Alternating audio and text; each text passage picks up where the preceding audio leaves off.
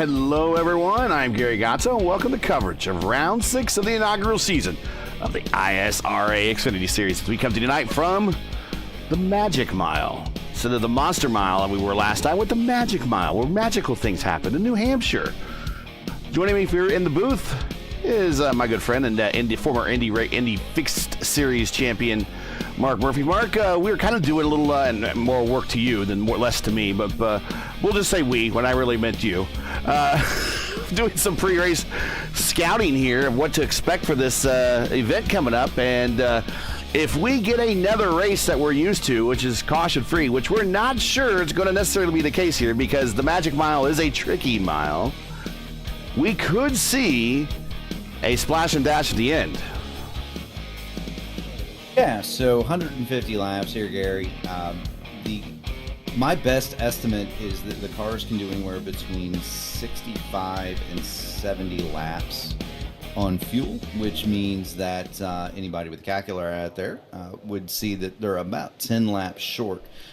To complicate that, we've got 3 sets of tires, 1 on the car, 2 on the pit lane, and so somebody somewhere is going to have to run a little bit extra time on some used tires. To complicate that, this is a scan of New Hampshire that has the PJ1 up top. You see the darker surfaces at the top of the speedway, and with the flat corners and the fact that these stock cars really don't have a whole lot of grip anyway, as compared to the open wheel machines that many of these guys are used to. Right. It makes some interesting dynamics for guys trying to get off the corner. It's also kind of bumpy down on the bottom, especially corner exit off of 4, so you got to kind of watch out for that. And pit road here can be very, very, very tricky because it's a very sharp left as you unload the car coming off of turn 4, and that could catch somebody out as well. But look forward to an interesting, and as we become accustomed to here in the ISRA, a very strategic race. Things that I'm going to kind of follow. We're going to see Greg Evans come out, and the stock car ringers. We're going to see those guys come out, lay it to him again. We're going to see the fuel saving strategy of noted stock car ace Matty Wagner. Guys like that can really, really understand the strategy of the race. Who's going to make a mistake and take the road course chicane in the backstretch and think that they're going to go back outside? We'll see. But looking forward to a fun 150 laps here for sure. All right. Let's get into this starting lineup momentarily, shall we? Oh, yeah, the music is queued up and ready to go. Here we go. Let's get these images off of all the graphics, and let's get on into it in the grid here. Grid. Hello, grid. There we go. And I love it. I love it when people adopt the very bad nicknames we give people. On the pole is, for the first time this season, Pat Stretch Armstrong for a 119 flat. Only 2 cars in the 119 bracket. Right next to him is the other car in the 119 bracket, Michael Goodman, 119 flat. So it's 119.086 on the pole, 119.044 P2. Chris Reagan, P3. Jake Euler, P4. Richie Hearn, P5. John Van Voorellis, P6. I should mention Richie Hearn. He does hold at least the IRL track record here.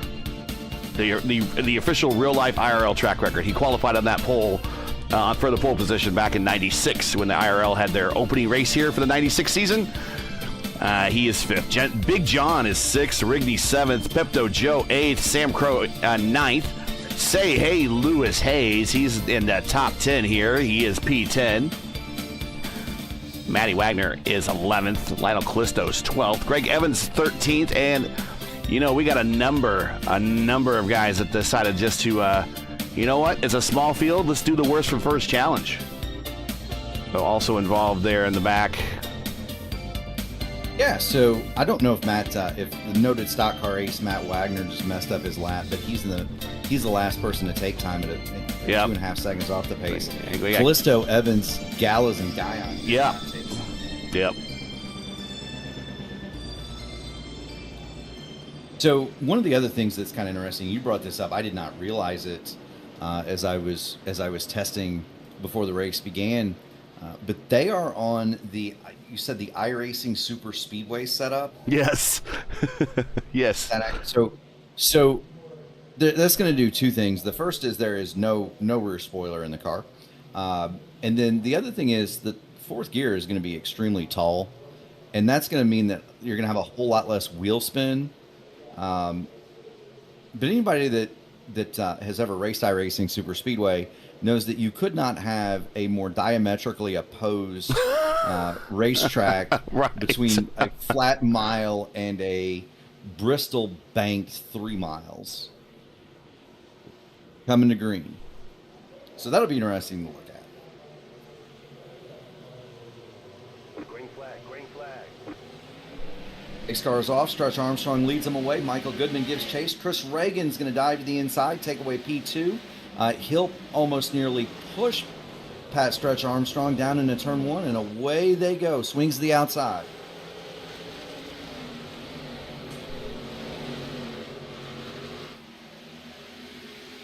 Safely down the backstretch. Everybody just kind of feeling out their stuff. The front two side by side. That's going to be side by side. Oh, we got no. Oh, Somehow, Richie Hearn to the outside. I have no idea how Pat Armstrong saved that automobile. He got tagged in the rear coming off of turn 4, got it sideways, bounces off of Richie Hearn, who takes advantage of the slow Armstrong. Richie to second, Chris Reagan in the lead. No idea how he saved that car. That was a gnarly looking ride, but everybody gets sorted and squared away. And Armstrong will reset, go after Richie Hearn, who I hope his cat is not chewing through the Ethernet wire again. Chris Reagan had to turn the volume up from our cams on the ground there. There was you could barely hear the cars, but now we're going to get a little bit more of a full experience going on. But down the backstretch, Chris Reagan setting purple lap early here, as you would expect. Oh no! Lewis Hayes smoking on the inside. He needs to get to pit road before that car expires. Otherwise, he'll have to do a tow, and that's really going to cost him. He can get in and hopefully get that fast repair, but I'm not sure what happened. Hearn with the purple lap that time by, but not sure what happened to Say Hey Hayes. Yeah, there was a little bit of I don't know if there's a little bit of roughhousing going on down there in turn number 1. It appears to me Say Hey Lewis Hayes got tagged and made contact with the turn 1 and 2 fence, courtesy of Sam Crow. I don't think that was Sam's issue though, because I believe he had a little bit of help from the front of stock car ace Matty Wagner. So, I mean, I don't think, not intentional for sure. No. Wagner was on the brakes hard. I think is that Pepto Joe in front of all these guys? Big John Von Varelis and Pepto Joe are racing side by side. I think they might have got off the gas a little bit early to give each other some room and just kind of checked up everybody behind them. A tough break for Say Hey Lewis Hayes though. Well, thank goodness for the fast repair. He's able to use that, but unfortunately, I'm sure it's a lot earlier if he used than he wanted it to at lap 3. Well, and that does several things. You know, we talked at the opening of the show. You're going to be a little bit short on fuel, so now not only has Say Hey Lewis Hayes stopped, but he's outside the window. The other thing is, if he took tires, now he's only got one set left.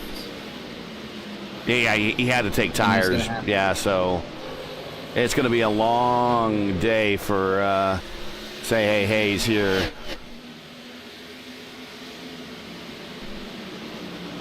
But hey, crazier things have happened. Yeah, it has. If you're going to have if you're going to have an issue like that, get it out of the way now, I guess. Yeah.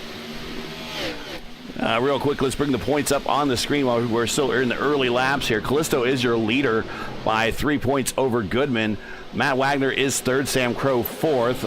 Rick D, who's not in the lineup, he is 15.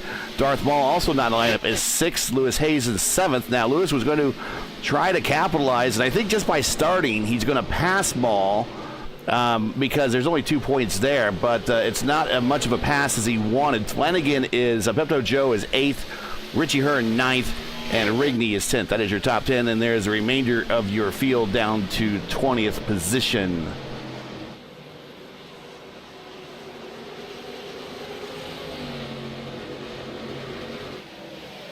That's going to be, we're going to have guys that miss races. People have lives, wives, kids, jobs. Sure. We've got Stretch Armstrong. He's going to dive to the inside of Chris Reagan. He has repassed Richie Hearn. Richie going to give him the bumper there going through turn number 4. Not quite able to have enough steam. Armstrong there on the inside, but already 2 very different philosophies. You've got the leader, Chris Reagan. He's running up in that 3rd groove. Armstrong, Hearn, they're down on the bottom, kind of in that 2nd lane. You will not see anybody wrap the bottom, I don't think, Gary. It's just, no. It's really slick and bumpy down there. So really 4 lanes to choose from. Lanes 2, 3, 4, and 5 if you want to get up in the handsome Harry Gant line. But Armstrong working him over here. He's giving it a pretty good run. Now, interested to note with a short tire situation, do you really want to be that abusive on the right front this early? Greg Evans already up 6 spots to 7th. There he is, the winner of the last couple of races here. Are we going to take bets on how long it takes him to reach the front, Gary? Well, he's almost there. Now, this group right in front of him, immediately right in front of him, are admittedly racing pretty hard. Yeah, there's not a lot of, I'm not seeing a lot of saving, not a lot of guys rolling out of the throttle and taking it easy. You got to go back to kind of Pepto Joe and the stock car racemen. 15 gets into the back of the 88, or the 28, excuse me. Now, that's something that's going to happen frequently here because guys are on different agendas. Some of them are going to try to save fuel, run as long as they can. Some guys like Greg Evans obviously going for it early. If you look on your screen, you can tell when they lift based on when the flames come out of the pipes. And so, if you notice coming down in here, you're going to see the flames come out of.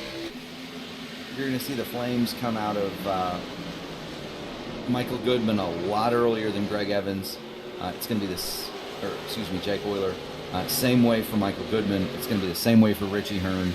He's driving a lot deeper and he's getting in the gas a lot sooner than these guys. But you can kind of see it if you watch.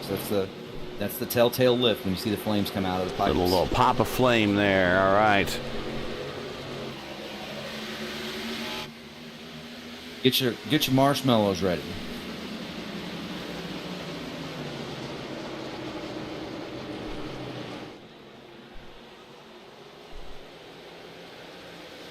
Well, we had a race last night that you were in, that Maddie was in, that let's see who else. Lewis Hayes was in at Dark Horse DW12 series at Fontana, went caution free. Yeah, whenever you don't count on a race being caution free, it usually winds up that way. I cannot believe, and I hope the fans enjoyed that because we were working hard in those cars. It was a very free setup. Probably had a turn or two too much front wing in it, which is okay. It handled great for about 15 laps, and then the handle really went away, burning up the right rear especially. And here's Evans up another spot around Richie Hearn. Yeah, it was. I could tell you guys about 15 laps into those runs, we're really working it. But 213.916 was your race average.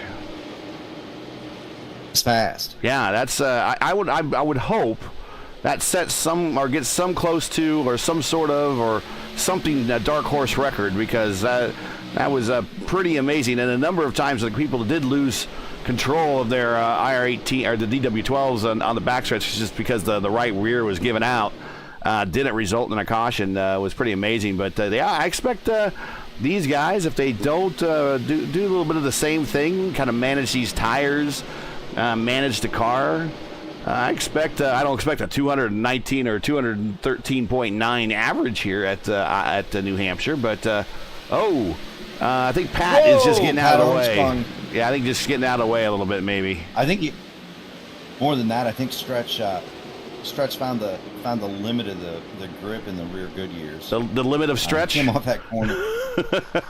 And here's He's Greg stretched Evans them to the to inside of our leader, Chris Reagan. Greg Evans. I was going to put that over under it. Oh, I was going to put this over under at 25 laps, and he clearly eclipsed my expectations. To the lead, Greg Evans, lap 19. Oh, mackerel. Now, if you remember in last week's interview, he said, cautions would be nice. I mean, he is racing hard in there. He would like to race, have a small break in the middle of this race for a few laps to kind of recover and everything, but not the way this group runs. No, and that's something that can't be understated. It's nice to have a caution every once in a while, just to give yourself a mental break. Last night, great example. Car very difficult to hang on to as these are tonight. You see these guys slipping and sliding around, and sometimes it's just nice to just to not have to hang on. Especially at a place like this. At least at Fontana, you get some kind of a break. Here, you're not really going to get a break. You're going to get off the corner and immediately, you're setting up. This is much more like driving Martinsville than it is a regular speedway. That is not a really bad comparison, to be honest. Track temp is 119, so it is pretty hot out there too. Right, and you remember iRacing Super Speedway setup, so we're not exactly. Chris Reagan off the wall, but catches it. So we're not exactly chassis-wise probably optimized out for this joint. But you're looking at it. I'm looking at it. It's Greg Evans very smooth. You're starting to see guys struggle with rear grip already. Lap 20. I don't know how they're going to make it. If you've got two sets on the box, you can go 50-50. You're going to go at least one lap down here, making a pit stop under green, if not a lap and a half or two. Strategic choices could be key here. Yeah, Mr. Godso. Very much so. We'll see how things execute. We are still a ways from the window opening. We suspect the window will open right around lap 50.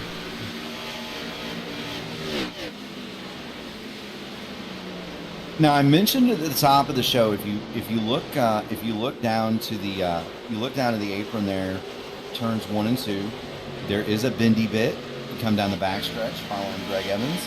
You'll see a sharp 90-degree right-hander, and then there is a uphill downhill road course portion of this track. And anybody who's in the sim, you see the road course in 3 and 4 too. Anybody who's in the sim, this track is an incredible amount of fun on the road course, especially for the smaller Formula cars. USF 2000 runs here. I know Formula.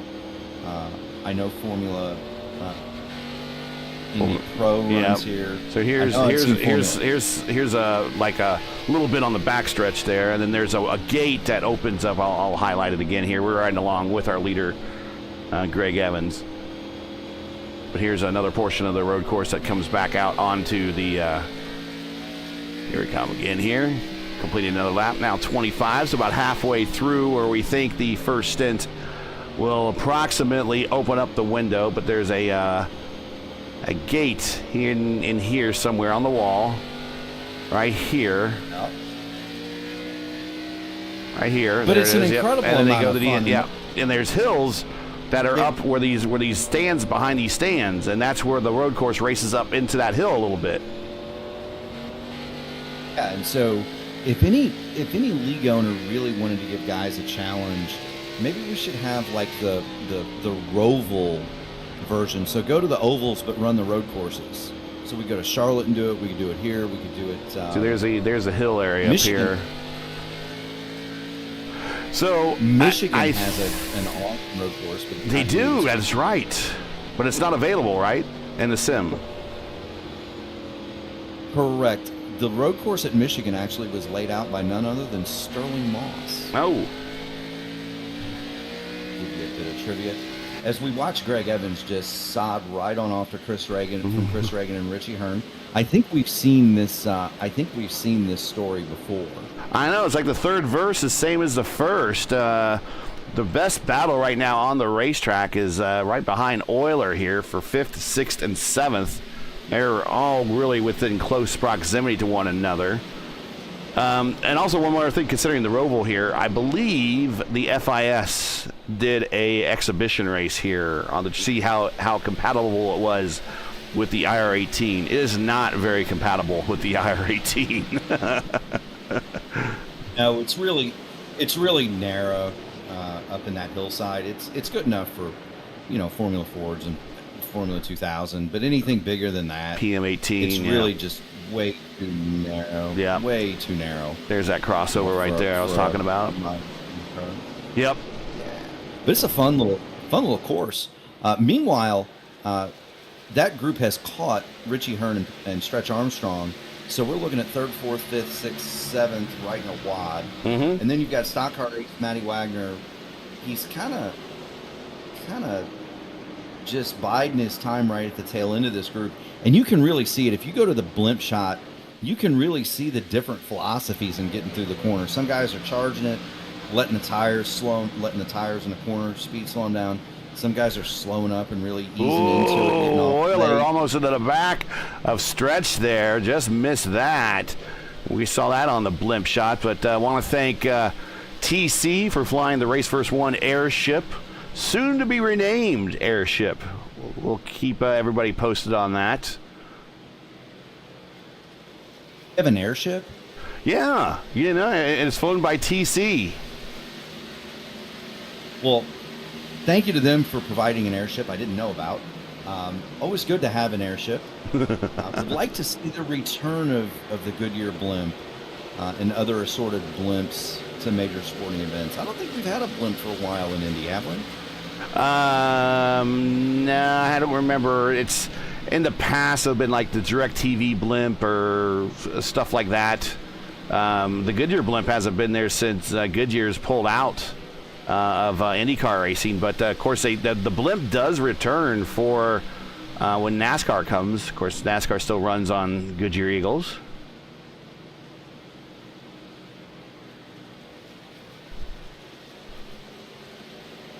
The battle here between Mike Rigney, the host with the most. I'm watching it right now, yeah.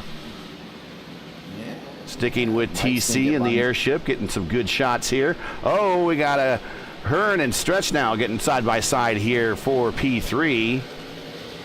I don't know if that's a mistake from Richie or if that's a line thing he's trying, but you see how he kind of slid up into the PJ1 and then shot back down the track? Yeah. You can do that. That can be effective.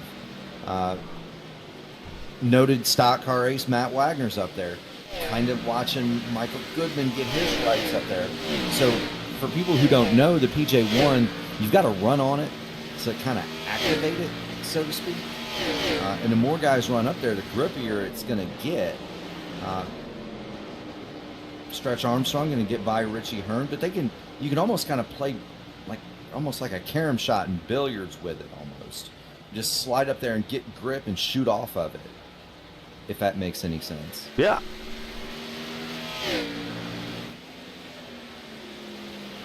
So it looks like Hugo Gallas is retired. He's out. Hayes down 2 laps because it's a very early incident, 34 out of 150. We are, as you would expect for this series, caution free to this point. And while Don't jinx him, Gary. While we have you here, we do the ISRA for free. We do bring these broadcasts for free for the ISRA. So if you'd like to send a donation to myself and Murph, our GoFundMe link is in the description, and you can send us a donation, and we sure would appreciate it.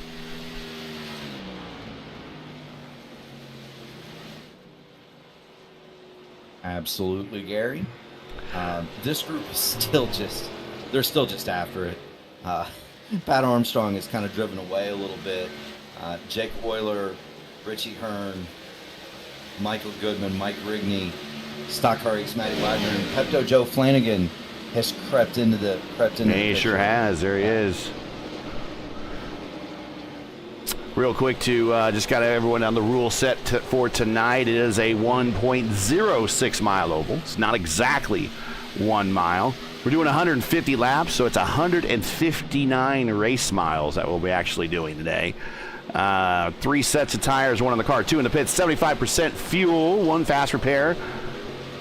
And that's all you need to know. Pit road's good. We got 1 green, white checker attempt that we have not, I don't think, used. I don't think we've ever used a green, white checker attempt here. And pit road speed limit, 45 miles an hour.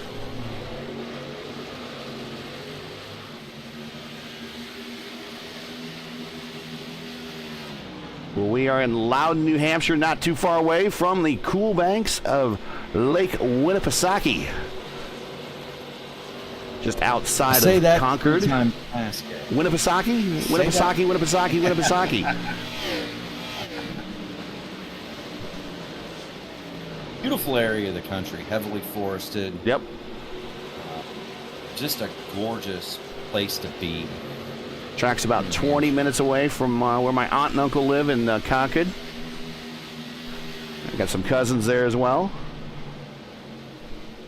I have a godmother lives down in Keene, New Hampshire, down on the southwest corner of New Hampshire there, right along the kind of the Massachusetts, Vermont, New Hampshire border area. That's where most of the state of Massachusetts has moved. Be that as it may, still just a. I mean, this battle here from 4th back to 7th or 8th is just tremendous. We got Rigney looking to the outside of Hearn. Rigney's looking in the middle maybe if he wants to. He's getting just enough of the enough peeking around Hearn to get some air to to one of the fenders at least. Yeah, that was Goodman going by rather. 3 very different lines, 3 very different philosophies. Goodman is by. Yeah, Goodman's by, and now that's. I think Hearn might be holding up. Mike Rigney just a little bit, and I think all 3 of these guys are holding up the 12. Meanwhile, Jake Euler has gotten around Stretch Armstrong, so move Euler to 3rd. Armstrong falling back, and some of these guys have got to be saying, just get me to lap 50 so I can get new tires. That 50 would be the window open for the 2-stop. 1 stop would be 75. Race Lab apps overlay is for some reason decided I wanted to load on the main screen. I got to get my I think we're gonna. I want to get this open here because this has really good. Anyone ever wants to know how we're on top of pit strategies so well? Use the Race Lab apps overlay. It has some really good pit statistics in there that will tell you when they're on our out lap, when they pitted last, how many laps it was, how many laps on a set of tires, how many laps on their current stint, all that stuff. That's how we know. That's how we can report it back to you. Ooh, Richie kind of banging off the backstretch wall a little bit, but I think if we're going to keep this pace up, I think we are looking at a pit strategy is going to win this race, or a late splash and go. That might be why Evans is checking out. He might just know his only method in order to win this race is just to check out, and he is now a 1.7 second lead, so he's not necessarily getting away from Reagan. He's bringing Reagan with. Reagan's keeping pace, but then there's a big gap back to Euler, about 7 seconds back to Euler. So these 2 guys up front, I think maybe that the strategy is to run, and hide. Yeah, and that's going to be it. 2 schools of thought. Pit it, lap 50, divide the race into thirds, run as hard as you can. I would anticipate, many of our IndyCar friends, they're gonna try to save fuel. Maybe stretch these runs out a little bit and maybe get a fortuitous caution. Again, you're going to go a lap down, so that's the danger. So Greg Evans, Chris Reagan, they're going to stand on it and vanish. and they're way up the road.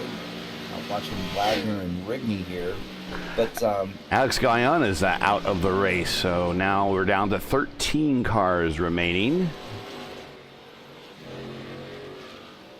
Stock car race is going to clear Rigney here in this corner. I think he's Yep.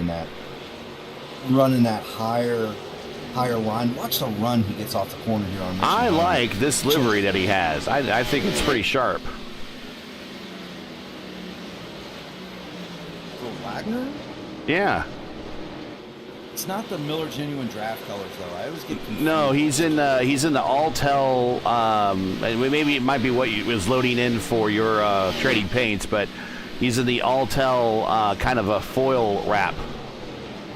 The Rocket Man, Ryan Newman ran that for Yeah. a number of years, I think. Alex slick, all that foil on it, but maybe a little bit of door banging there on Richie, but gets around. So now move Richie down to 7th. Wagner now up very quietly 5 spots. Lionel Callisto, he is back at 11th, and his front end is not looking good. His back end is not looking good.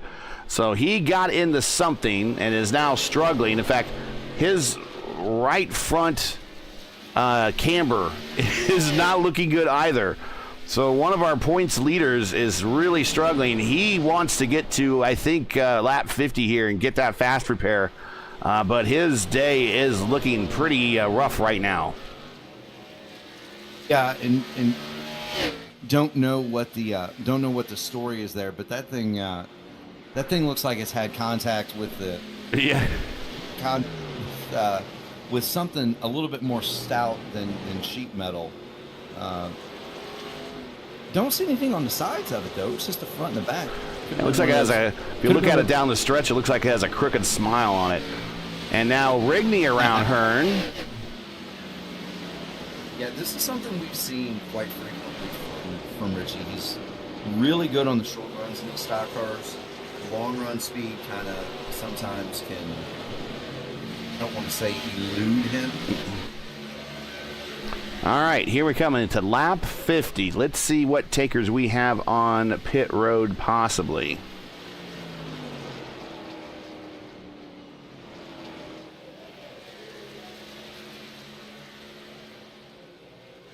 Not the leader. So here comes Reagan. Nope, not on Reagan. We see Euler come in. No. Pepto Joe has stopped. Lap 48 for Pepto Joe Flanagan. Okay, he's in, he's down, and then away. So there's his first stop. 1 lap short of the magical 50 to make it into third. So he'll be okay on fuel, of course, but short pit a lap. And now Stretch Armstrong, I think, calling for pit road.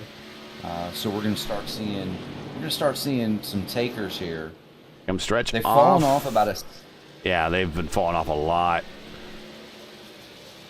Here he is on pit road. There you they've go. fallen off.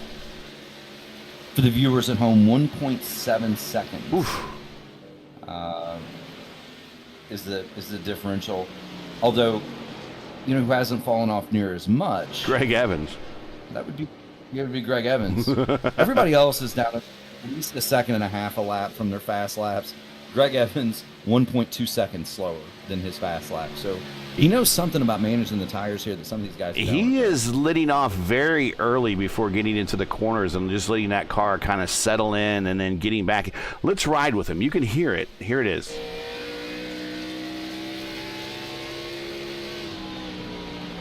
So he was off by about the 2 or 3 marker on the fence there. Listen to it, slowly getting back into it. Now he's back on it. And sometimes 4, 3, 2.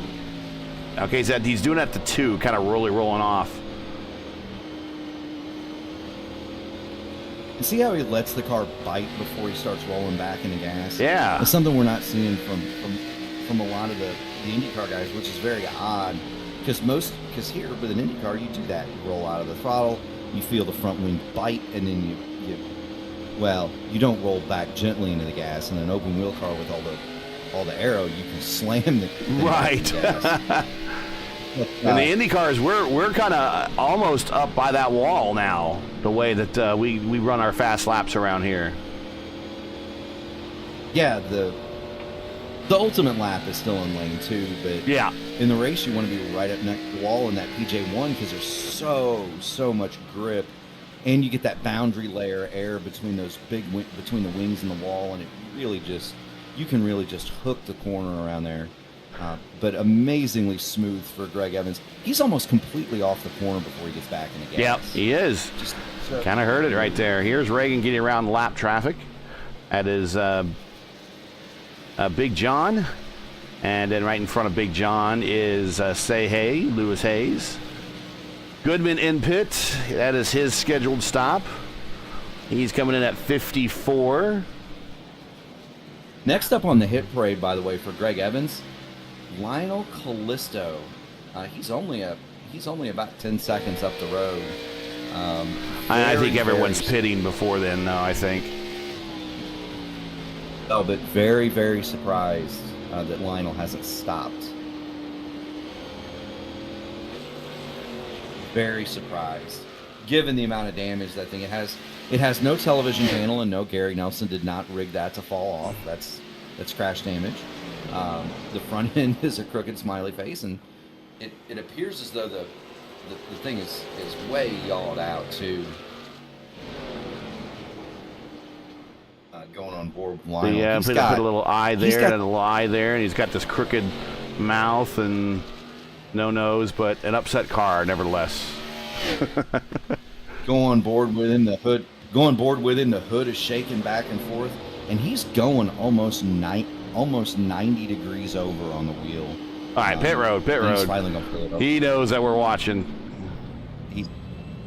He's poor Lionel Callisto's had enough, I think. Well, we can't say poor because the man is the current reigning and defending Truck Series champion. Tell you what, anybody that has to drive a car that's that evil, and that thing, and he does take the fast repair, but anybody that has to drive a car that evil, I don't care points leader or not, you got to feel sorry for him. It's no fun just hanging on, and we'll see if he can make some kind of a charge back up through here again.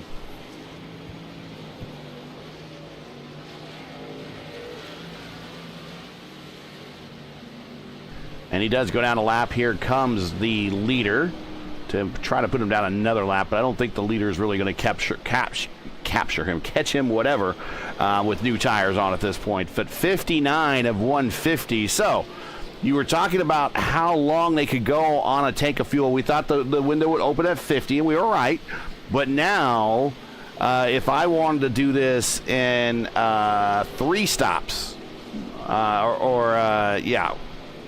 I want to do this in 2 stops. So that's going to be a 3-stint race. What am I looking at? So let's do the math here real quick. 100 would be the next window. If you want to go 1 stop, you got to make it to 75. Yeah, so 150 divided by 3 is going to be, so that'll be 4 50-lap stints.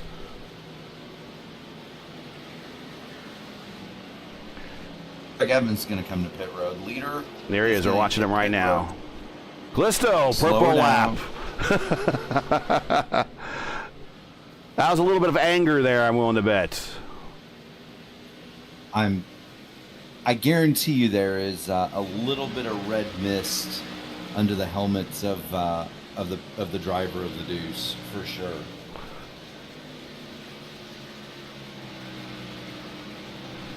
Yeah, so to get to 2 stops, and I don't think anyone's going to get there now, to be honest, is 75. So 61 laps in for our leader, Greg Evans. He pits at lap 60, so we would expect him in at 120-ish. And then he'll probably put on tires and then set a whole bunch of Red Bull laps at the very end of this race on light fuel and good tires. And maybe set an exclamation point on this thing. We'll see. We've got a long way to go. Can't assume that Greg's going to win this thing, but man, is he making it look easy right now. Sam Crow is your leader as he is now on pit road. Rigney right with him on pit road. So Greg's going to pick up the lead right now, and he's back in the lead. Igny and Crow were the last two to stop, which of course I'll hand it back to Sam Crow. I would suspect Chris Reagan will go back to second, Stretch Armstrong to third. Pepto Joe with the short pit. He stopped at 49. He's going to come out of this deal. Yeah, he's fourth, but he's got to maybe save some fuel. I don't think he's going to have to save fuel. But he's going to have to save his tires because he's going to have Michael Goodman's 6 laps better on tires, and Goodman's going to start catching him rather rapidly. And then, if I'm not mistaken, which I've been known to be mistaken, Jake Euler and Matt Wagner are going to come along on 10-lap better tires. So they're 5 laps better than Goodman. And those guys are going to be substantially quicker than Pepto Joe. Matter of fact, since we've been talking about it, Michael Goodman's cut half a second out of what was a 2.2 second deficit. So I'm gonna expect fourth place to change hands here. Oh, let's give it another 3 or 4 laps, but Goodman will be by Pepto Joe here pretty quickly.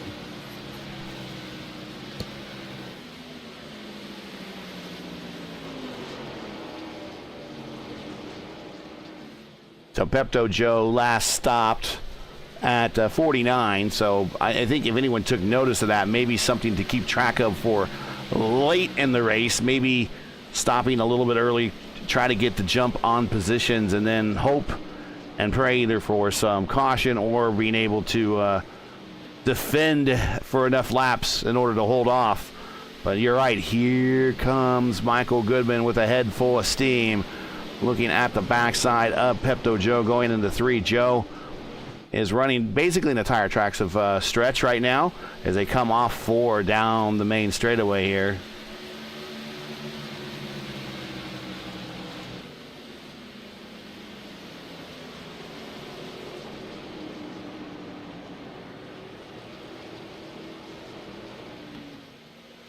And he's there now. Oh, a little bit of a power slide off of 2, though.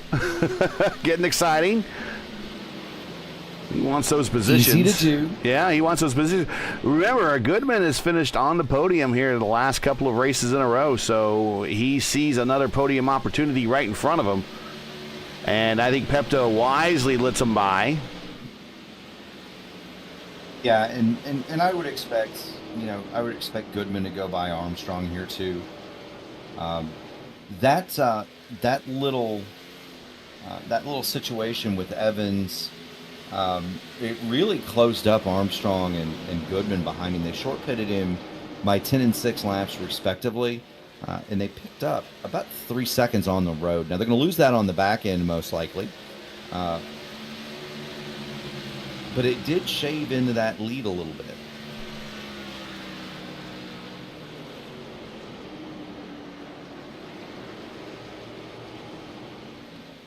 So 68 of 150 coming to the halfway point here relatively quickly.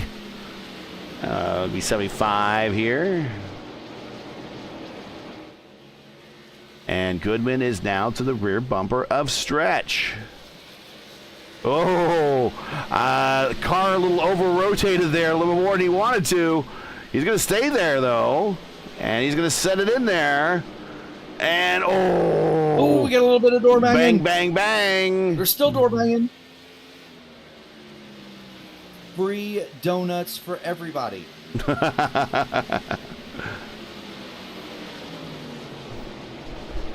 Michael Goodman does take third place off of Pat Armstrong. Rigney's coming now. But not. Rigney's coming through, but Rigney's also a lap down, so because he pitted much later than everyone.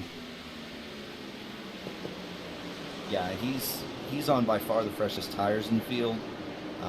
He's got a couple of laps in hand over Jake Just Euler turns even. right underneath Stretch there. Let's go through the field real quick. Evans is our leader.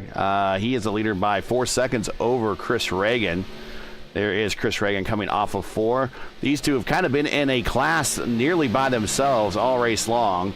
Michael Goodman, who just made a move past Stretch for third, is now currently holding down third. And currently it's going to get passed by Rigney, who has slightly fresher tires, but Rigney just stopped not too long ago, so there he goes on by, going to the bottom there on the racetrack, the very first lane. The power of new shoes here at New Hampshire. Stretch Armstrong, he is fourth. He started from the pole. Pepto Joe is fifth by virtue of a really good pit strategy to move him up a couple of positions. Looking pretty good. Jake Euler right behind him in sixth. Matt Wagner back in seventh, just keeping everything in front of him. Expect to see him start making moves here later in the second half of the race, as he tends to always do. Lionel Callisto now is eighth after hitting pit road and getting everything recovered, repaired and recovered after getting into something during that first stint. We're not sure what happened, but he is nice. Eighth. Ninth is Richie Hearn. There is Richie right there. And Sam Crow is in 10th. And then the first car one lap down is Rigney. He's 11th. Big John Van Voorellis, he is 12th. And Say Hey Hayes is 13th. He started off his day bad with an incident that looked like it really destroyed his right front. And he had to use that fast repair really early, like lap 3. So he's just really wanting to bring this thing home nice, safe, and sound for the man who's 7th in the point standings. So I figured out what happened to Lionel Callisto. He was involved in that first lap fracas with Say Hey Lewis Hayes, Sam Crow. Oh, okay. Wagner, all those guys.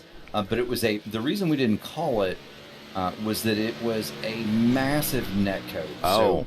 So Say Hey Lewis Hayes bounces off a Crow, bounces in the wall, and the sim codes it as him hitting Callisto, but there's at least a foot there. And then Hugo Gallas comes along and modifies the rear end for Lionel. And that's the rear television panel gone. Also causing damage, which forces Gallas to retire. So that's what happened all the way back at lap 2 to Lionel Callisto. And he's somehow 8th on the lead lap. 18 seconds in a rear. So he's made up 4 seconds on Greg Evans since he pitted. He also has the purple lap. Again, probably a little bit of red mist under the helmet of the Deuce. Right, I bet. And remember, I said, you can kind of see the driving side. We talked about Greg Evans is really easy into the corners. He's being very kind to those tires. Lionel Callisto is dirt tracking it through the corners. He's got the rear end all yawed out. He's letting the thing slide up to the PJ1 and then hammering the gas coming down the hill, trying to make up time. He's got opposite lock coming off the turn number 4 there. Just driving the wheels off of that thing. He's making up time, though, running basically the same speeds as Evans is in the lead.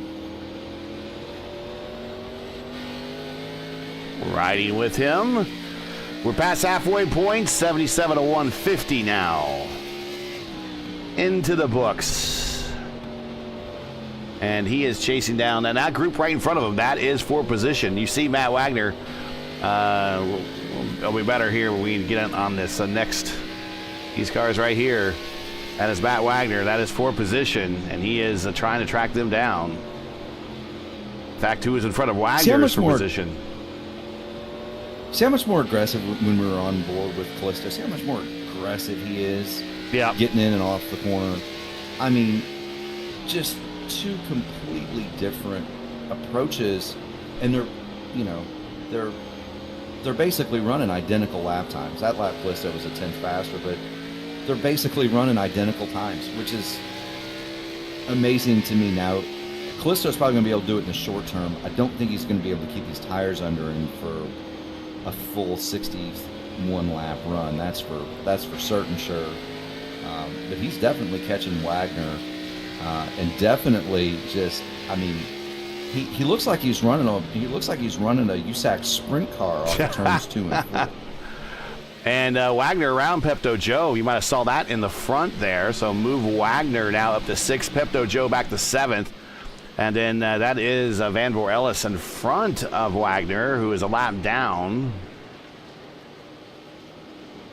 Yes, it is. And then from here, you've got another couple of seconds up to Stretch Armstrong running 5th, Euler 4th. Wagner on much better tires than Armstrong, even with Euler more or less. Goodman is going to start coming back to them guys, I think, because he's about 5 laps short on tires. Matty Wagner going to get to the inside and past Big John Von Bareilles and set sail after Stretch Armstrong, see if he can't get the all-tell machine up into the top 5.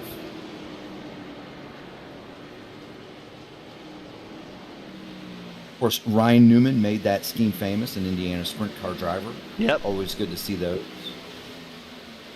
Yeah, I really like that that foil look. And it's not I don't think he drove that livery a lot, did he? It was like a special livery.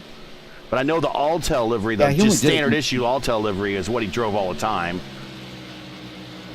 predominantly. Now, if you want to picture something funny, every year at Purdue University, there's something called the Grand Prix. So, yes. For those of you not familiar with Indiana colleges, we all do something a little silly that involves racing. And at IU in Bloomington, they have the Little 500, which is of course a 500-lap bicycle race. That organizations train for all year. At Ball State, we dress up in crazy costumes and race what amount to rolling hospital beds from the 60s down Riverside Avenue in crazy costumes. That sounds more like what Red Bull Flugtag is. Yeah, I was the winner my junior year at Ball State. Thankfully, I was dressed in my karting suit with crash helmet, Oh, and jeez. was removed from the bed in a collision. And thankfully, I was wearing my helmet. I did not participate the next year, by the way. And then. But go ahead, continue. Go ahead, continue with. I know there's a Purdue tie-in here with Grand Prix. Go ahead. We're watching a battle here between Lionel Callisto and Richie Hearn, which is really the closest battle on the racetrack. This is 8th, 9th, and 10th all in a row right now. Richie Hearn to the inside. I think these tires for Callisto are gone. Yeah, he abused him pretty hard. So to finish that off, Purdue University has the Grand Prix, which is engineering school. Makes sense. IU has the bike race, and you can do that at anywhere. And Ball State, of course, the silliness. Anybody who's ever been around the state of Indiana for 2 minutes knows Ball State's not all that serious of a place most of the time.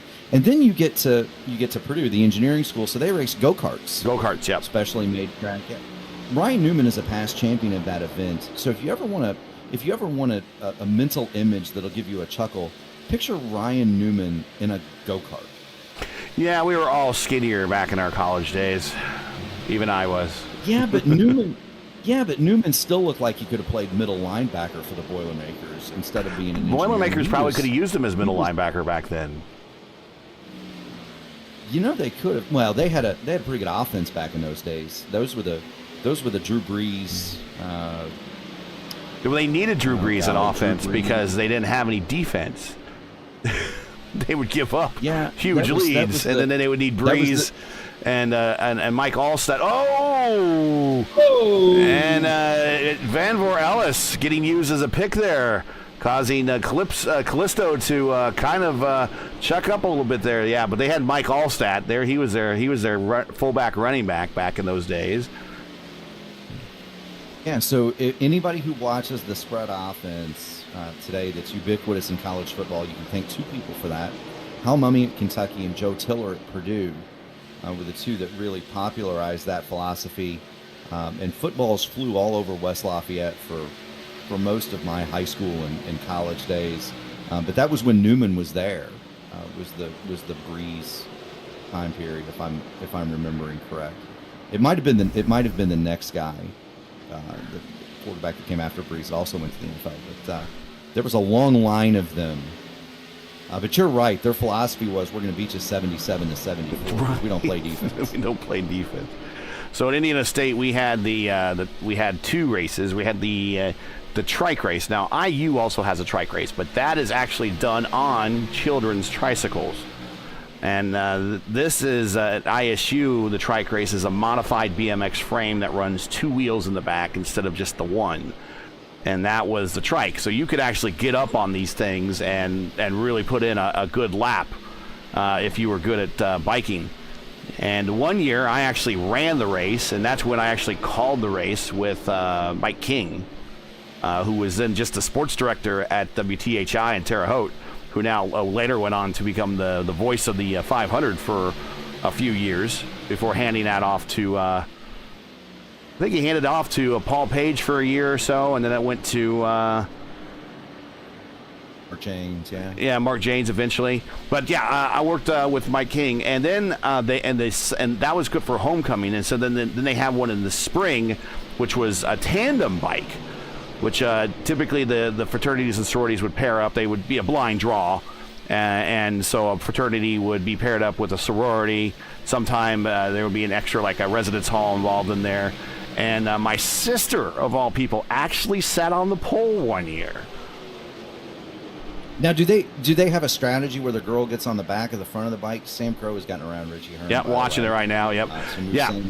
Yeah. So the guy is typically on front, and the girl's job is to bury their face in the guy's back, keep their head down, and pedal like mad. That's what they do on the tandem bikes. I'm assuming you find the smallest, lightest girl possible would be my guess. That was to do that. Yeah. I don't know how my sister is really related to me. I'm a big guy, and she's never been big, and so somehow she got paired up, and she got on the pole. She started they called them the Hot Wheels.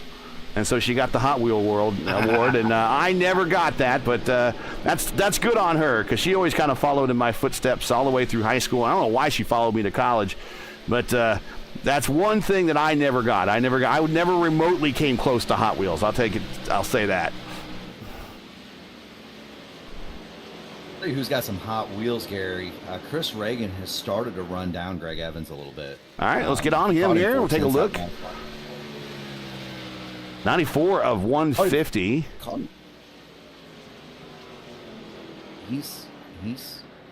He's catching him. Now, whether he can do anything with him when he gets there is unknown. But he's definitely getting there. And he's getting there rather rapidly. Looking at Greg Evans, I don't see any traffic. Don't see any reason for him maybe Evans sees that he's got an opportunity that he could try to save a little bit of fuel here, possibly, and just kind of lit off in the course. Let's ride with Evans. We've done that. We've learned a lot on how he's been attacking this racetrack. Let's ride just by riding with him and listening to his engine.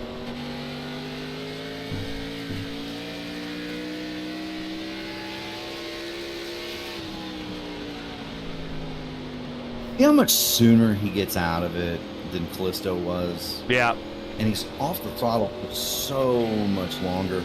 And you don't see that nasty, well, not nasty, but you don't see that jerk back to the right on the wheel of him, of him power sliding the car off the corner. Yeah, let's listen to when he rolls out here on the backstretch here. He'll come into those braking turn markers here. So you see the 4, 3. He's out of it before the 2. Yeah, but those are yards. Mm-hmm. Or those, I can't remember. Those are feet. They have to be feet here.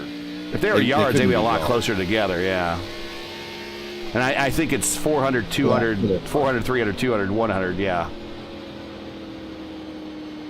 At the Speedway in Indianapolis, they're in yards, which is fun. You look down there and you're like, dang, that's a football field. But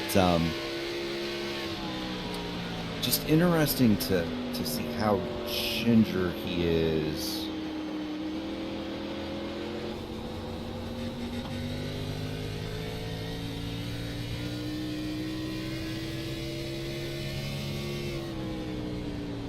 This is actually from inside the cockpit. He is coming up on Say Hey Lewis Hayes, who is up in that fourth lane, just trying to make it to the finish here. I believe Say Hey Hayes is might be on his last set of tires too, so he's going to make this last set go an extra long way. Yeah, and that's not going to be fun for him. Chris Reagan has now. Greg Evans must be watching because he's picked up the pace. Yep, I just noticed that too. He's up to, it was near 4 flat. Now it's back down to 4 flat now.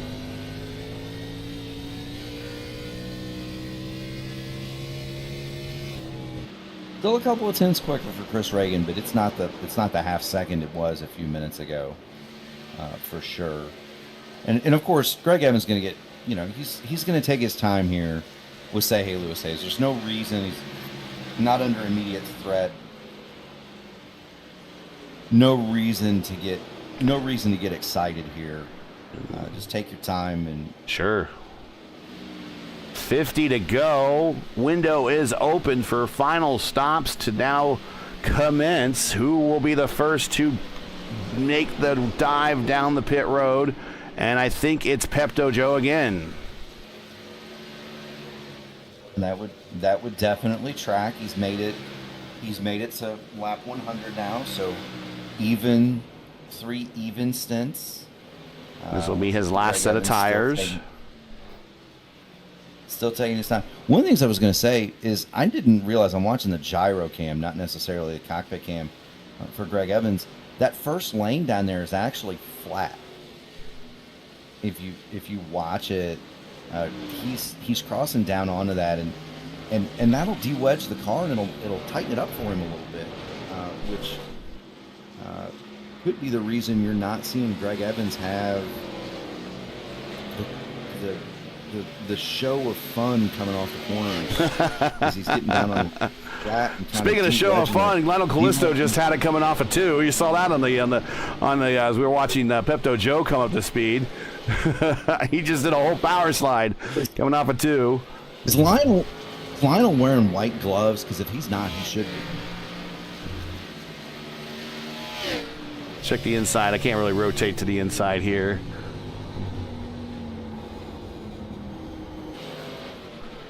We see from this angle in the cockpit. Maybe he is actually, but it's hard to see through the window. Oh, another power slide again.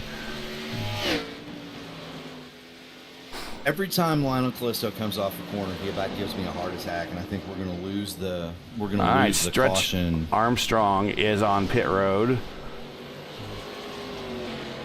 Big John, I think, just was on pit. No, I thought he was, but he's not. Never mind. He pitted on 58. He was just taking a different line down the backstretch. Never mind. Sam Crow? Yeah, Sam Crow on pit road.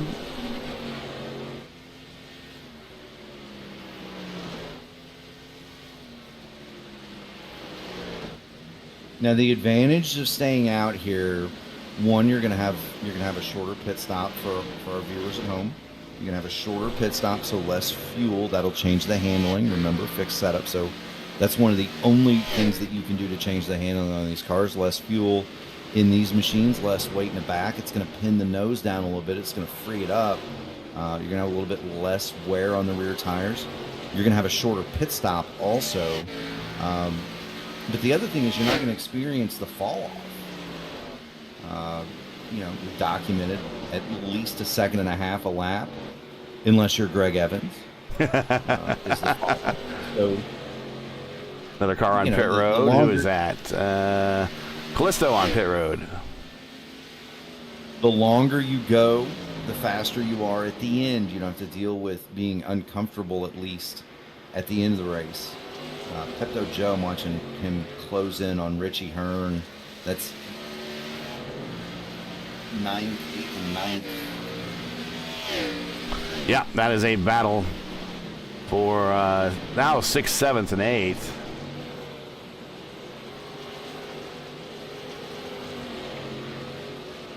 Oh, Richie about kissing the wall off of 2 there. A little puff of smoke. To assume Chris Reagan on pit road. Probably. Chris Reagan on pit road. Final stop for him at 106. We expect Evans right around 120, somewhere in there. So that's going to be Chris Reagan's bid to try to get to Greg Evans. That's going to be him saying, okay, look, I don't think I can catch you straight up. It's about 4 seconds. Let me see if I can short pitch you 15 laps. And maybe, just maybe, when you come out, I'm going to make you pass me. That has to be the strategy. We'll see if Greg Evans covers him off here. I suspect he will not, given his pace advantage. But that's the thought process here. Let me short pit him. Let me get out ahead of him. And then, I'm going to make him go around me, essentially. Evans still your leader out on the racetrack. Lap 108, 47 laps. Now 48 laps on this current stint. Then Jake Euler. He is currently second and coming to pit road right now. 48 laps on his stint.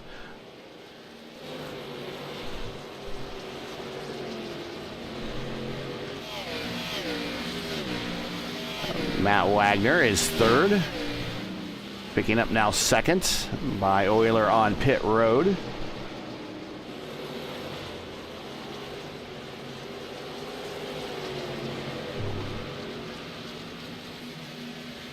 We'll reset the field here once everybody makes their second stops here. Now here comes Reagan with fresh tires.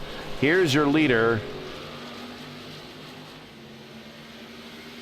Right in front of him. So Evans is a lap down there, but here's Greg Evans.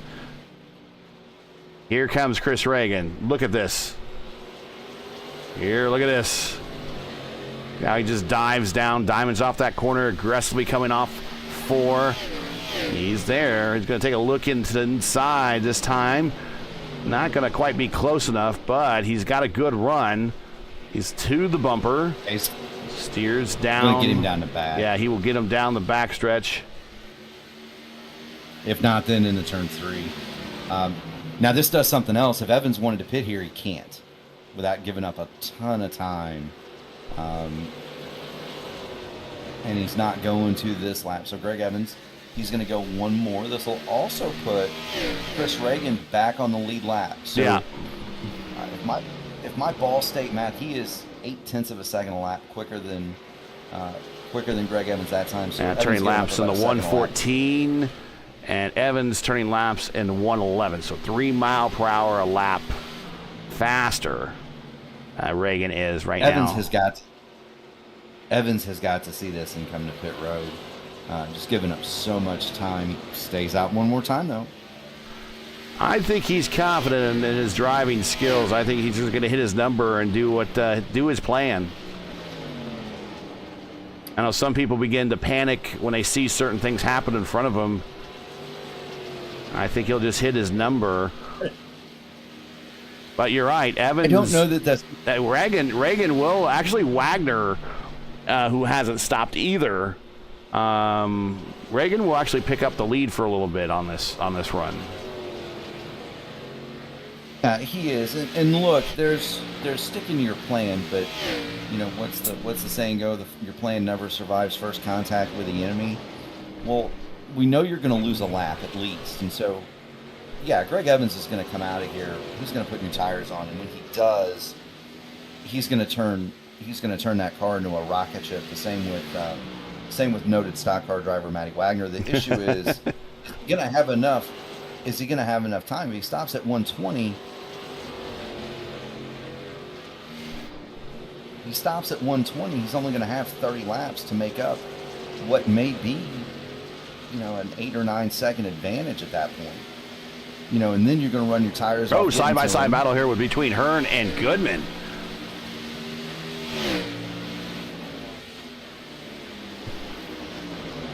Richie on the outside. Michael Goodman going to dive it down to the bottom. Richie Hearn going to try to pull the crossover. Kind of thinks better of it, I think. Michael Goodman on a little bit fresher tires. Goodman with the spot. Stretch getting around Van Voor Ellis. That's just for track position. Stretch in 8th. Greg Evans still turning laps, going out of 2 now. 116 of 150, so about another 4 more laps before we expect him to hit pit road. Wagner probably on a very similar schedule. Wagner pitted about 2 laps earlier than Evans did last time. He pitted on 59. Yeah, and you can go 60. That's 118, so we're anytime in the next 2 laps. Yeah, you can. Yeah, you mentioned that in the pre-race. You can go about 63.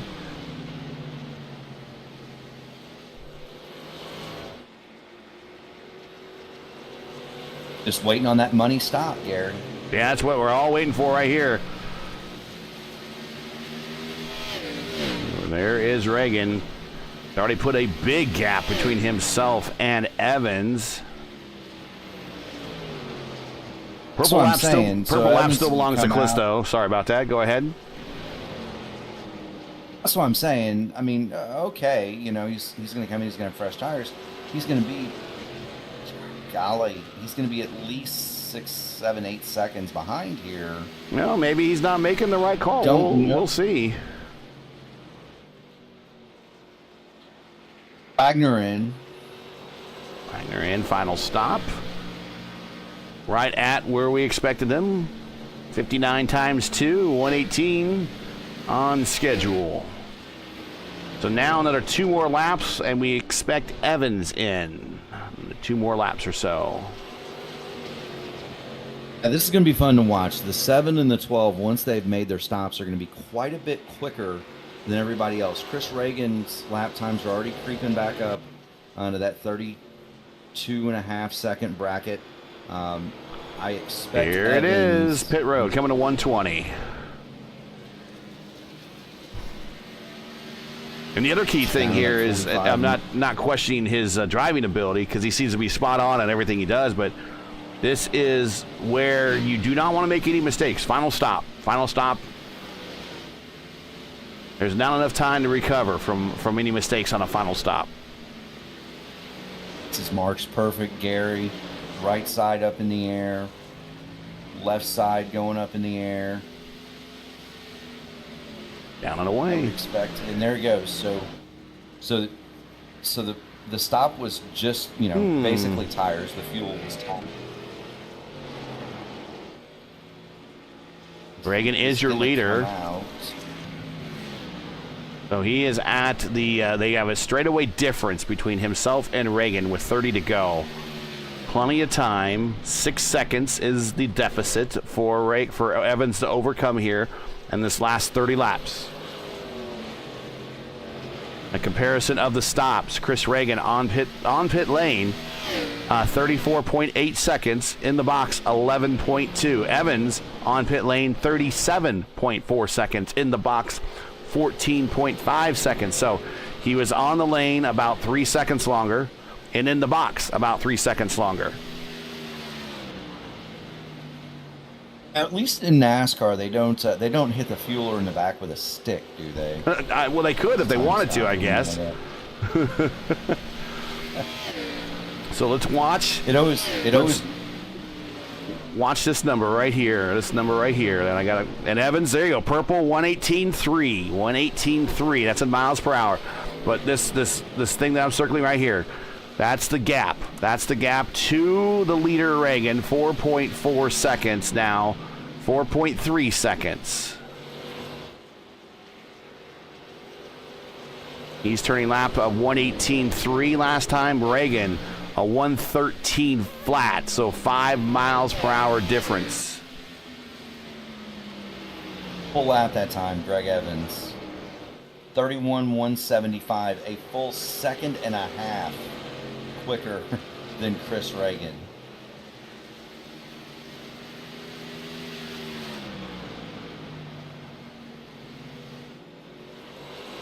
He's now got it down to 3 seconds. Yeah, I was going to say he's cut it in half. And at the start of this, remember, Reagan was at the other end of the straightaway. Now Reagan is basically in the middle of the straightaway when he starts coming off the corner. Evans has the hammer down, and I'm watching Wagner. He's not really making all that much progress. He is quicker than the cars in front of him, but he's not torn through the field in the same way that Evans is tearing apart the gap in front. Wagner's still stuck behind John Van Veralis, and those guys are more or less a straightaway from going a lap down. Meanwhile, Evans, another second that time almost. Now let's really quick, while we got a chance, reset the field for everybody. Reagan is your leader. Right behind him there is Evans. Evans now 2.4 seconds. By the time we're probably done with this reset, we probably should go cycle right back up to the leaders because they'll probably be there. There is P3. Jake Euler very quietly has worked his way into the bottom step position. Now, does he have the time and the tires to hold off Michael Goodman, who currently is in fourth? But there is about 5 seconds between those two, so he definitely has a little bit of a gap to help defend. Richie Hearn working on a top 5, but Pepto Joe right behind him. This is a battle for position. Pepto Joe wants that top 5. Not too far out of this battle. Back there in 7th, there's Stretch Armstrong. So there's 3 cars, 5th, 6th, and 7th, pretty close proximity.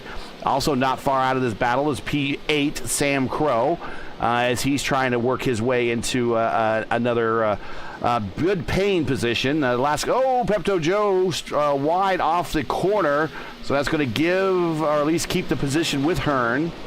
But now it's going to allow Stretch to get even closer now. Matt Wagner, as I mentioned to Callisto, has just not been having a great day, but he's worked his way to 9th. Matt Wagner making his last pit stops, going to run down Callisto here momentarily.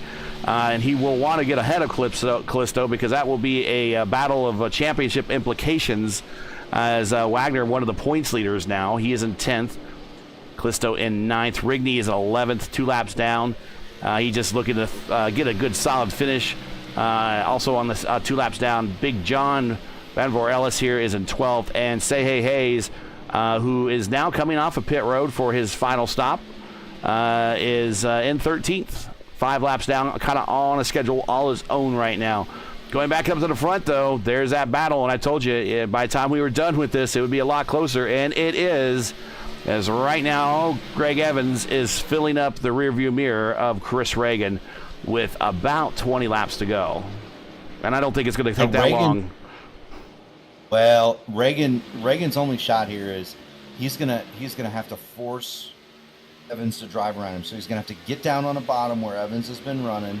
And you see he's trying to kind of do it, but he's charging the corner a lot more than Evans is. See how much quicker Evans is through the center there? Yep. Because he's backing off so much earlier. Chris Reagan just can't quite get down there. So he's gonna have to choose. You almost have to choose where you want the guy to beat you. Do you want him to beat you in the corner, or you want him to beat you off of the corner, or you want him to beat you through the middle? He's going to be better somewhere. So you're going to have to, if you're Evans, or not Evans, if you're Reagan, your goal here is to choose where you want him to be. He's just going to keep the nose underneath him, going down the front straight, not clear.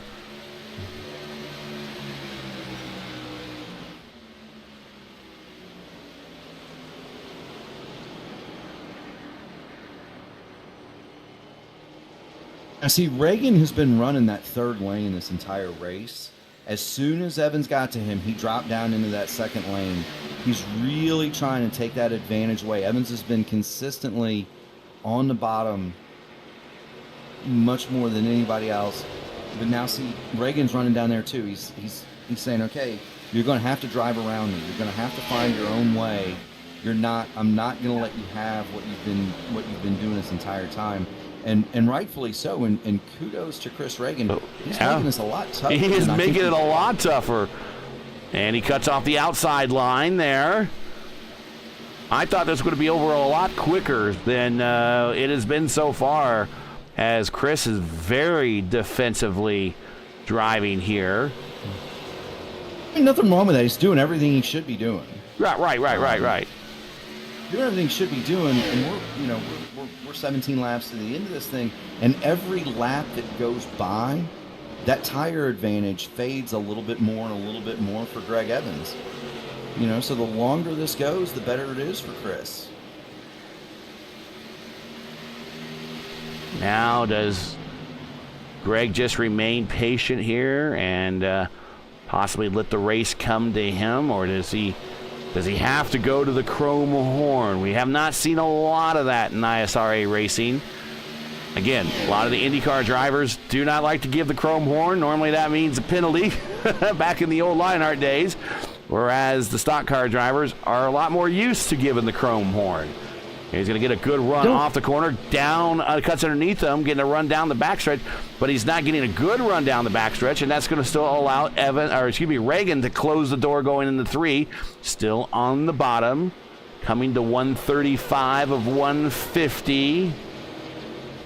It's almost going down in a corner. It's almost like he goes down in a corner, and to negate that advantage that Greg Evans has over everybody in the middle of the corner, it's almost like Chris Reagan's going in there and parking it. Right, so he's deliberately laying out of the gas longer than Evans wants to, and so it negates that advantage, and he can't quite build a run. Evans is going to have to go to the high side, I think, if he wants to win this race. You are not going to be able to get Chris Reagan off the bottom unless you've got a crowbar, a police badge, or a stick of dynamite. He is not leaving the bottom of that racetrack. Evans is going to have to drive around it.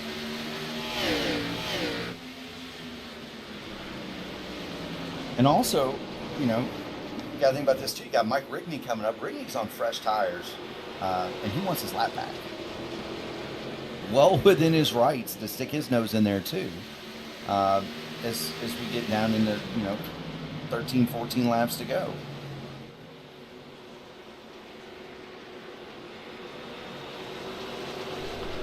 Yeah, Rigney's currently in 11th. 2 laps down, actually. So he'd be getting 1 lap back, and then he'd still have another lap to go. Reagan letting that right rear kind of hang out in that second lane a little bit, giving Evans a little bit of pause before making that run on the outside. I really can't believe how long this battle has lasted. I thought it was going to be over a lot quicker. Kudos to freaking Chris Reagan. Yeah, I mean he's given a doctoral thesis on how to keep the faster car behind you. See how he's driving in a lot. He's driving in a lot deeper, but then he gets down to the center of the corner. He's on the line that Greg Evans wants, and then he just I'm not going to say he parks the car, but he's so much slower in the center that it keeps Evans from building a run. And every time Evans can see, now he goes up to lane 2 just enough to kind of shut that run off, slows the car up enough to turn it, and then Evans has to alter his line, and he can't get there. Can't get there. Evans is almost going to have to go to the cushion. he's almost going to have to make like he's Richard Petty or Harry Gant in the old days. I don't think he's going to be able to drive under him.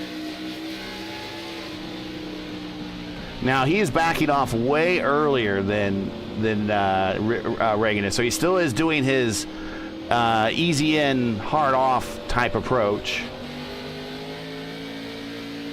Well, but you can't hit the gas if you can't hit the gas if there's a car right on your front bumper. Yeah. Gotcha. Right. So Reagan is effectively choosing when to start the drag race. And he gets a bit of a run about 3/4 of the way through the turn. I'm wondering maybe later in this he's just going to kind of send it and see what happens. Oh, here goes again. I think he's going to have to build. Yeah, he's not going to 10 to go. Coming 10 to go. He's going to have to get up in that like 3rd or 4th lane and really just build up, almost like you'd see at Texas, where you got somebody running the bottom and somebody running the top in turn. When you build up such a run that they just can't shut it down, he's almost going to have to do that. This is turning into a heck of a finish. I really would have thought that this battle would have been over about 20 laps ago, and it has persisted here since he's caught him. This has persisted, been just like this for the better part of the last 20 laps. And now we're less than 10 to go. Go ahead. I'm going to tell you something. These guys are 3 to 4 tenths a lap off the pace. That's how much Chris Reagan is backing up Greg Evans. 33.490 that time for Chris Reagan. Jake Euler in 3rd place, 33.119. They are 0.3 of a second off the pace, 0.4 off from Michael Goodman in 4th. They are running slow up here, and that's because the tires on Chris Reagan's 19 machine are gone. Much better ones on the 7. he just can't find a way around him. Just can't quite make it stick. I thought he was going to go to the top. He can't do it. Oh, he got a little squirrely. He's going to take a peek to the inside maybe now. Get a run down the inside. No. Look at Chris Reagan got such a run. Now he's got to the outside. Okay, now he's got to the outside. Look, he got tight over there and he couldn't do it. And Reagan powers off the corner. Now car length advantage at the line. Euler 2.8. Euler, though, as he's pushing, you just saw him take a shot to the inside. Car got loose coming off of 4. Now, I know there's only 5 laps left at the line, Gary, but these two need to be careful. They're doing this. They might screw around and let Jake Euler into this battle, too. There he is right there. And Euler's going down to the apron to help his car rotate. And he is all over the bottom lane. And now it actually seems that Reagan is getting a little bit of a cushion over Reagan as the tires are now giving out and the aero push is affecting how these cars handle. I still cannot believe that the 7 has not gone to the top. He's committed to that bottom, and he's not getting. Coming to 5 to go. Just over 5 miles left in this race. And I think I say Hey Hayes in the background there, leading by Euler. Euler is now 2.1 seconds now to this battle. He's going to run out of time, but he's going to make it close. You want to talk about somebody that's sending it. Jake Euler was sideways. Watch this. Watch him. He's putting it. The last couple laps, he was putting it down on the apron to help him rotate. Oh. But he's at a 118.1 last time by. This time by, almost getting the wall there. A 118.9. A 111.8 and a 111.9. So almost identical. Let's get back to the battle at the front. 111.6 last time by for Evans. 111.8 last time by for Evans. Reagan was a 111.6. Excuse me. I'm fighting the urge to say Chris Evans. That's what I'm trying. I don't want to. No Captain America's here, but 2 solid Americans running at the front, and he's got a bumper with 4 to go, coming to 3 to go. He's there. Reagan's going to drive it in really hard on the outside. Now he's going to try to pinch him off the bottom, take the run off the high side down the back. Even Steven as they get to the middle of the backstretch. Chris Reagan a nose ahead. He's going to have to do it again here. Yeah, I think that's clear now just about. And it took 25 plus laps, but it looks like Evans managed to work his way around Reagan. And so now, can he hang on? Does Reagan have anything left for him as he looks to the inside? 2 laps to go. And he's starting now to pull away a little bit. Evans power slides off the corner, and I think that might be game over for those tires. But he sure as heck made Evans earn it. Evans coming to the white flag. About the only shot Chris Reagan had was the next corner. Just see if he could full send it underneath. And you're not going to see Chris Reagan do that. Much too clean of a driver. Well done to Greg Evans out of turn 2. That smooth style on the bottom, down the backstretch. He's going to lift early going into 3. And he's already pulled out to a 1.5 or 1.2 second lead. Just easy in, easy out of quarter number 4. Looking for 3 for 3 here in the series. And he does it here at the Magic Mile. And what a final stint battle that was. I think it's probably one of the finest final stint battles we've seen in a while here. Yeah. Kudos to Chris Reagan and Greg Evans. Chris Reagan for holding on those old tires. And he's going to give Evans a donut down the back. The host with the most, Mike Rigney, is going to do a little bit more than the donuts. Well done to both of them. Just again, it proves the point. You don't have to. Excuse me. You don't have to run over each other to have a good race. Right. I don't think those touched. No, they never did. And here you go. That is your final stats. And I want to type this in. I do want to type in the find out what the race pace was, because 32.888, not a bad, no cautions. And once again, as illustrated by right here. And Evans is your winner. He did a two-stopper, gained 12 spots, led 104 laps. Another race of domination for Greg Evans. Chris Reagan almost came within 5 miles of really holding off Evans for the win. Finishes second. He led 45 laps there at the very tail end of the race. Jake Euler, very quietly, late start, improved 1 spot, and gets the bottom step of the podium. Michael Goodman misses the podium for another consecutive race here. He just missed the podium, so this would have been, if he would have made the podium, it would have been, I think, 2 or 3 in a row for him. Just missed it this time, but he's 4th, so it's going to be a good points day nevertheless. Matt Wagner, very quietly, up to 5th. Pepto Joe 6th. Sam Crow 7th. Lionel Callisto 8th. Richie Hearn 9th. Stretch started from the pole, but didn't quite go the way he wanted there towards the end. He finishes 10th. Rigney 11th. Big John 12th. Say hey, Lewis Hayes in 13th. Guyon and Gallas retired early due to incidents, but they are 14th and 15th. Not a bad showing. Everybody involved. I mean, just another tremendous show out of this group, and again, another thought-provoking, almost cerebral race, wasn't it? Yes, very much so.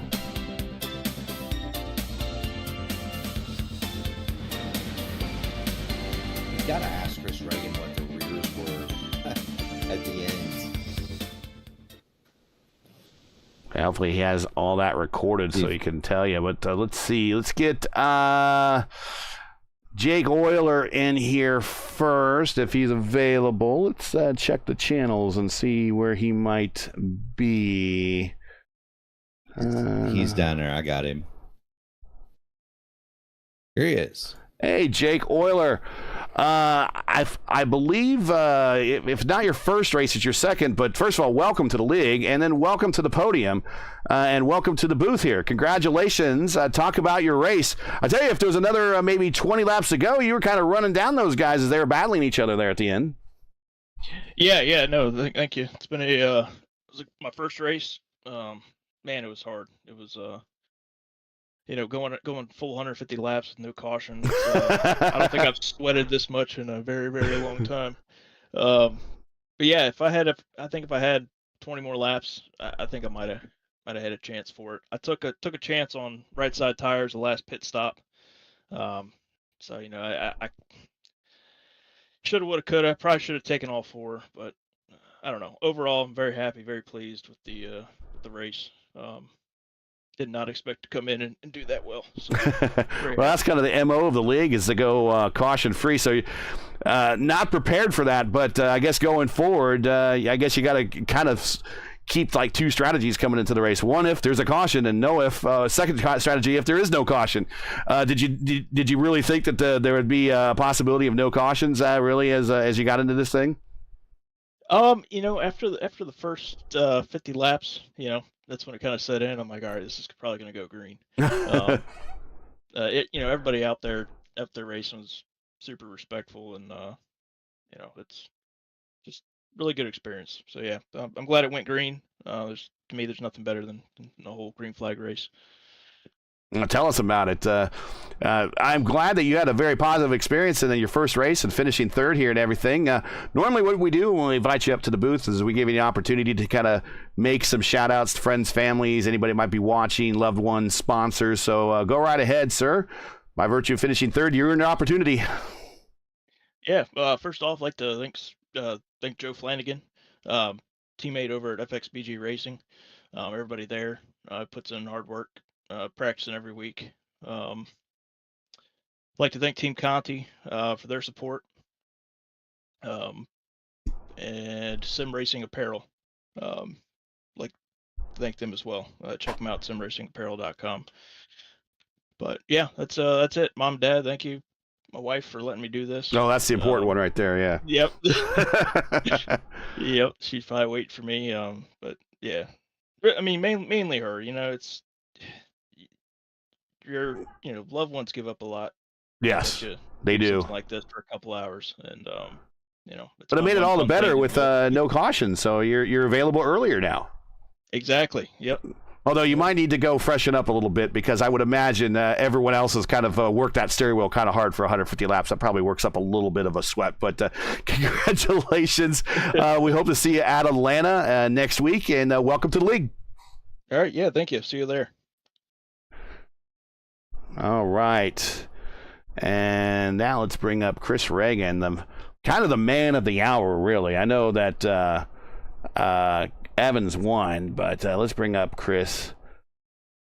Hey, Chris, got you here in chat. Man, so close, man. If you go back and watch the replay, you'll hear me say, I expect this battle to be over soon. And that was 25 laps later, and then he finally got around to passing you. You put on a hell of a battle there, coming within 5 miles of really winning this thing. And with the way that Evans has really come on to this league, I would have really kind of considered that a bit of an upset. But you two, aside from that battle, you two were kind of best in class all day long. You're the only one that could keep him in sight. And then when the battle came for the end, you're about the only car that could actually kind of battle him off there at the end for an opportunity to win. I know that the second step is probably not exactly where you wanted, but man, what an effort. A great show. And it put on a great broadcast, I think. So thank you very much.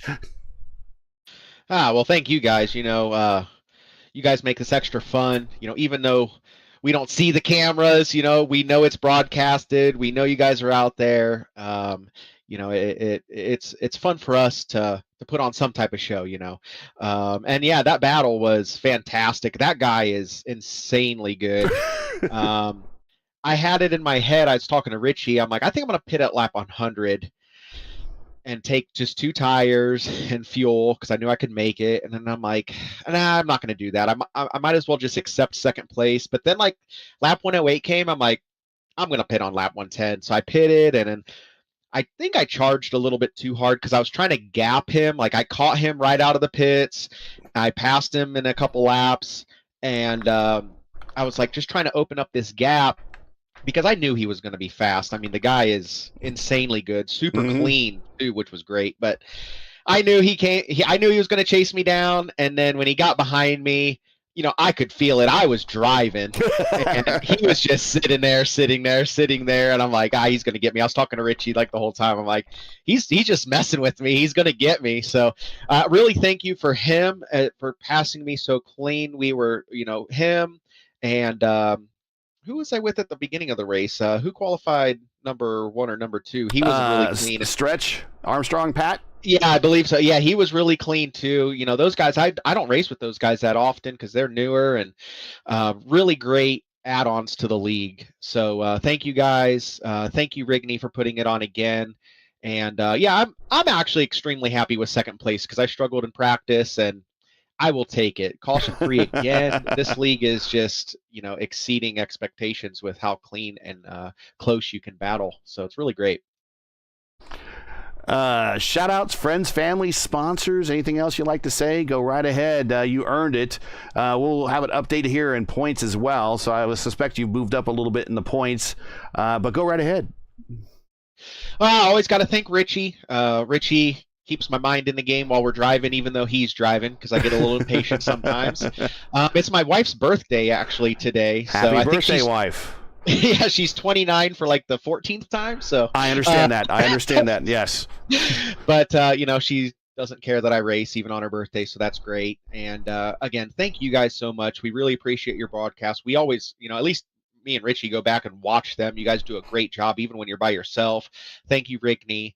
And I'll always say thank you to George from Lionheart, because he got the core group of guys together, and then Rigney just expanded off of that. So thank you to everybody that makes this happen. Well, thanks for putting on a heck of a battle. That was really, really fun to watch, and you did not make me look smart at all. I thought that was going to be a one, couple. Once he got to your bumper, I thought he would just hang around there for a lap or so and just blow you. But man, you just made your car as wide and as fast as possible, and almost did it. Just what a great battle there at the end. Congrats on second, but. I don't think in this very short history of these two leagues with the trucks and with the Xfinity cars, I don't think we've seen a great battle like that at the end. So thank you very much, man. And we hope to see you at Atlanta. Yeah, thank you guys, and I should be there. All right. And let's bring up our winner, Greg Evans. And here he is in the booth with us, Greg. Not as easy of a win as it was in before. Chris didn't make it exactly the easiest go in that last stint for you, but you made it work. What were you thinking there in that final battle there? Especially as he held you off lap after lap, and the good of your tires continued to degrade lap after lap. Yeah, once I caught him, I got I guess a little bit of aero block there, but I was also thinking about just trying to save some tires there for the last 20, 30 laps, just in case a caution did come out. I knew everybody was done with their tires.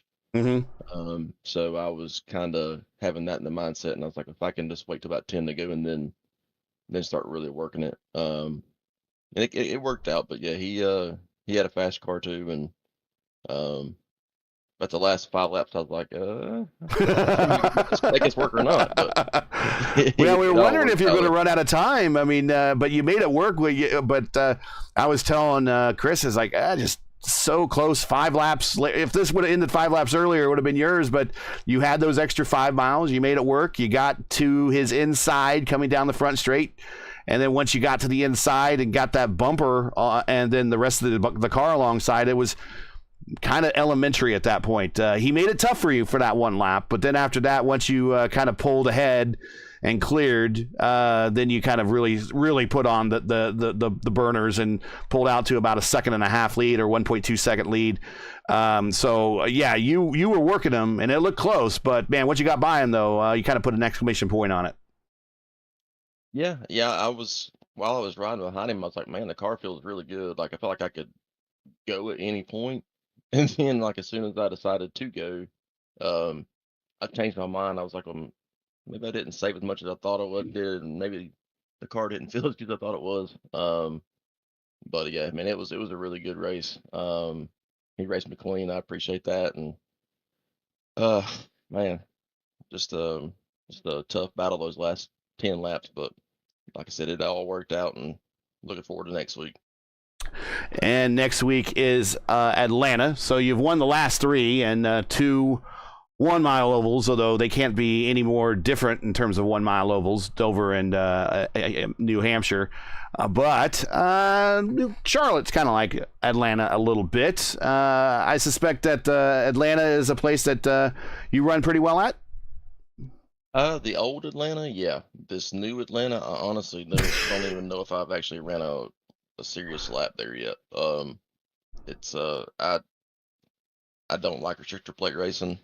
Not many people do. No, it's a crapshoot pretty much. So usually I have pretty good runs there in restrictor plate races, but man, it's just Atlanta and everybody else, and not really knowing most of the guys here. It's going to be an interesting battle next week. All right, shout out sponsors, friends, families, teammates, anybody you want to say hi to, go right ahead. Yeah, definitely got to thank Freightliner, Sim Magic, Sim Labs, and all my teammates over here, Sam Crow, John Van Varellas, Lewis Hayes, Mike Rigney for inviting me, and thank you guys for hosting. No problem. It's our pleasure. Thanks for being part of this league. Made a great finish here. Of a race that was kind of we were just kind of seeing how the strategy would unfold. We knew that there might be some later stops happening and people might go a little bit longer. And there's only you didn't have like a whole line of tires that you guys could use either. So you had to be strategic about that. And then whenever we see that the whenever the tires and the pit stops kind of come up evenly, we was like, that's going to be a bit of a strategic race. And it kind of turned out to be that way. But you made it more exciting there at the finish with the way that you battled that one out. So we appreciate that. And we hope to really see you next week at Atlanta as you continue the march. Appreciate it, guys. Y'all have a good evening, and we'll see you next week in Atlanta. You got it. All right, Mark. We did think that there might be a splash and go at the end, but it didn't turn out that way. No, I mean clearly the easy 2-stop was the way to go, rather than the hard 1-stop and a splash. So, kudos to all these guys.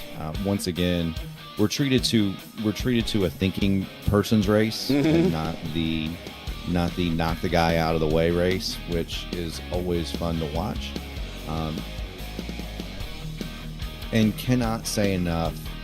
I know he came up short today, but what Chris Reagan accomplished with the much faster car behind him, both men extremely magnanimous in the interview room, of course, but what a brilliant display of driving, both by Reagan to keep the faster car behind him, and Greg Evans, for one, not running him over, but right. but two, to think his way around him and wait for the one tiny mistake. He got it, he capitalized on it, drove on past, got the win. But what an amazing race by both of them. Thanks to Mike Rigney for putting this on. As long as we continue to have races like this, we're going to see this league continue to grow. And hopefully, as it does, we continue to see drivers not only of this caliber and quality, which is fantastic, but also in philosophy. And so that's where I'll leave it after what I'm going to say is probably one of the best ISRA races that we've had the pleasure of. No, I will agree with you. Normally, even in IndyCar races, New Hampshire's kind of a snoozer. It's follow the leaders, not a lot of fun. Today, they keep proving us wrong that these races can be fun, and it certainly was. Okay, here is the points situation. Michael Goodman is your points leader by 1 over Lionel Callisto. Lionel Callisto fell 1 position to P2 in the championship, so he is only 1 point away. So Goodman 216, Callisto 215, Matt Wagner still third, 214. So Wagner is there's 1 point separating first and second, and 1 point separating second and third. That's how close we are. And really, 4th spot's not out of this either. Sam Crow has 209. So the top 4, Goodman, 216, Lionel Callisto, 215, Wagner, 214, Crow, 209. And there's kind of a bit of a fall-off, but Pepto Joe is holding down the 5th spot with 166. Say Hey Lewis Hayes right behind him at 163. Richie Hearn in 7th with 157. Mike Rigney, the host with the most, in P8 with 154. And then, unfortunately, Rick D, for missing today's race, is kind of the biggest loser out of all this, kind of minus 4 spots down to 9th. Dean Mall down 4 spots down to 10th. But they're still within the grasp of the mid portion of the top 10. Rick D, 142 points. Dean Mall, 140 points. Their next closest in the battle there is P8 Rigney at 154. So they're within sight of that. So the top 10 has changed a little bit, but still, for the most part, I believe the same names are still there. And then we have a new leader, Michael Goodman. So we still have a long way to go. We're only in round 6 now. We're going to round 7 here at Atlanta, and that's only halfway through this season. Moving on. I think that's going to do it for tonight here, Murph. So that's our podium. Once again, from New Hampshire is Greg Evans, and a heck of a battle with Chris Reagan. And kudos to Chris Reagan for just driving a car that just probably didn't have the same level of tires as Evans did, and just held him off for so long. Great battle. And then Jake Euler in his first race in the series. Congratulations on P3. Welcome, and we hope to see more of you in the coming rounds. Join us again next week for round 7 of the ISRA Xfinity Series as teams and drivers head to Atlanta Motor Speedway. Coverage, as always, begins around 9:35 p.m. Eastern Time. Again, that's 9:35 p.m. Eastern. As always, you can find the correct time in your area. Just check here at YouTube, youtube.com/raceverse. Track cams today provided by Whiplash Sim Cams. Want to thank you, send a thank you to Whiplash Sim Cams for being the official camera provider of all of us here. To learn more about Whiplash and to follow them, and then to follow them at Twitter, if I could get it out, or follow them or like them on Facebook. Their links are in the description. Check them out. Get more out of your iRacing experience with Whiplash Sim Cams. So for Mark Murphy, everyone here, I'm Gary Gatto saying all good night and thanks for watching. And to all the men and women serving in the military and as first responders, Godspeed, God bless, and come home safe. Catch us again right here next week in Atlanta for the next race of the ISRA Xfinity Series. Good night and donate if you haven't done so already.